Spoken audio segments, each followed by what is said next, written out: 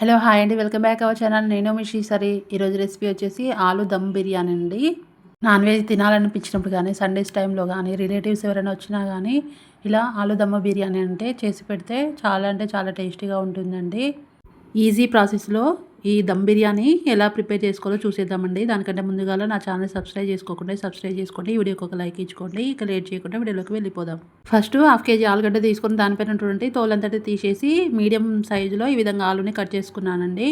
Next fried ఆనియన్స్ని, ఒక spoon అల్లం వెల్లుల్లి పేస్టు, ఒక స్పూను కారము, ఒక స్పూను ధనియాల పౌడరు, ఒక స్పూను గరం మసాలా వేసుకున్నాను.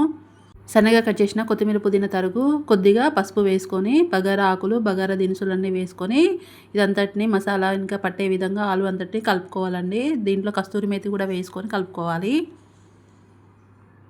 నెక్స్ట్ దీంట్లో ఒక కప్పు పెరుగు వేసుకొని కలుపుకోవాలండి. నెక్స్ట్ దీంట్లోనే ఒక నిమ్మకాయ కట్ చేసుకొని మొత్తాన్ని పిండుకుంటున్నాను. దీంట్లో మొత్తం ఈ విధంగా కలుపుకొని పక్కన పెట్టుకోవాలి. నెక్స్ట్ గ్లాసున్నర బిర్యానీ రైస్ తీసుకొని వాటిని కడుక్కొని ఈ విధంగా 80% కుక్ చేసుకోవాలండి. దీంట్లోనే కొత్తిమీర, పుదీనా తరుగు, సన్నగా చిన్న పచ్చిమిర్చి, బిర్యానీ ఆకులు అన్నీ వేసుకోవాలి. నెక్స్ట్ 80% రైస్ అనేది కుక్ అయిన తర్వాత మనం ముందుగా స్టఫింగ్ చేసుకొని పెట్టుకున్నాం కదా, దాంట్లో ఈ రైస్ అంతటిని వేసుకోవాలి. రైస్ మొత్తం వేసుకున్నాక దీనిపైన 2 స్పూన్ల నెయ్యి, ఫ్రైడ్ ఆనియన్స్, కొత్తిమీర తరుగు, పుదీనా తరుగు వేసుకున్నాను. నెక్స్ట్ కుంకుమ పువ్వు వాటర్ కూడా వేసుకున్నానండి. దీనిపైన వేసుకొని దీని మీద మూత పెట్టుకొని 30 to 35 మినిట్స్ వరకు మీడియం ఫ్లేమ్లోనే కుక్ చేసుకోవాలి.